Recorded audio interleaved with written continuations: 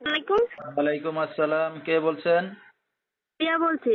প্রিয়া কেমন আছেন আপনি? ভালো আছেন প্রিয়া? হ্যাঁ, আলহামদুলিল্লাহ ভালো আছি। আপনি ভালো আছেন?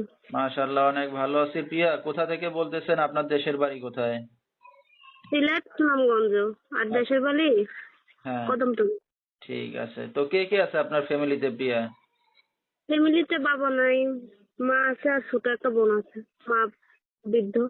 আচ্ছা, ২ টা বোন আর মা, ছোট্ট একটা ফ্যামিলি। তো প্রিয়া হুম। কি করেন এখন আপনি বর্তমানে? বর্তমানে কাজ করি, বাসা বাড়ি এটাই। আচ্ছা, তো প্রিয়ার বিয়ে কাজ শাদী করি। হয়েছে কিনা? জি না, বিয়ে শাদী হয়েছে না।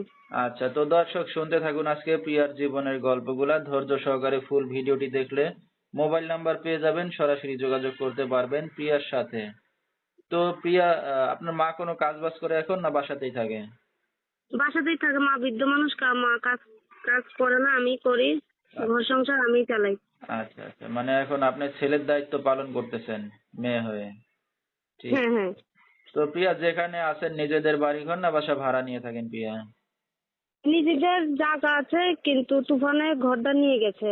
এখন বাসা বাড়ি থাকি। আচ্ছা, বাসা ভাড়া নিয়ে থাকেন না? হ্যাঁ, হ্যাঁ। ঠিক আছে। তো জায়গা জমি সম্পত্তি আছে কিছু আপনাদের? জায়গা আছে কিন্তু ঘর বাঁধার তৌফিক নেই। আচ্ছা, ঠিক আছে। তো লেখাপড়া কতদূর করছেন আপনি? লেখাপড়া বেশি ঠিক করতে পারি নাই। বেশি করতে ফাইভ পারেন না? পর্যন্ত।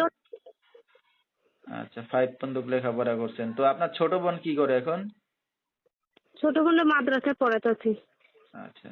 তো প্রিয়া আপনার তো বিয়ে শাদী হয় নাই। একটা অবিবাহিত মেয়ে হয়ে এখন বাসা বাড়িতে কাজ-বাজ করতেছেন। তো এই যে অনলাইন মিডিয়ার সামনে আসছেন কি উদ্দেশ্য করে?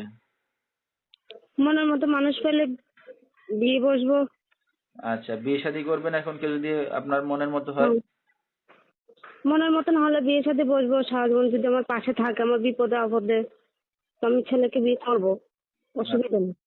তো কেউ যদি এখন দায়িত্ব নিয়ে পাশে এসে আপনাকে চায় যে প্রিয়া আপনাকে বিয়ে শাদী করতে চায়, আপনি এতে রাজি আছেন না? হ্যাঁ। আচ্ছা, তো আপনার এই ভিডিওটা অনলাইনে দর্শকদের মাঝে চলে যাবে। দর্শক ভাইরা কিভাবে যোগাযোগ করবে আপনার সাথে? মোবাইল নাম্বারে যোগাযোগ করবে। নাম্বারটা আপনি বলতে পারবেন প্রিয়া? না, আপনি বলে দেন। আচ্ছা, তো ফোন দর্শক আমরা শুনতেছিলাম প্রিয়ার জীবনের গল্পগুলা। যেহেতু বাবা নাই, বড় কোনো ভাই নাই, দেখার মতো কেউ নেই তাদেরকে। একটা মেয়ে হয়ে এখন নিজে কাজ-বাজ করে সংসার চালাচ্ছে। একটা অবিবাহিত মেয়ে গরিব ঘরের। তো কেউ যদি তার পাশে এসে দাঁড়াতে চান বা দায়িত্ব নিতে চান, বিয়ে শাদী করতে চান, এই নাম্বারে যোগাযোগ করলে প্রিয়াকে পেয়ে যাবেন।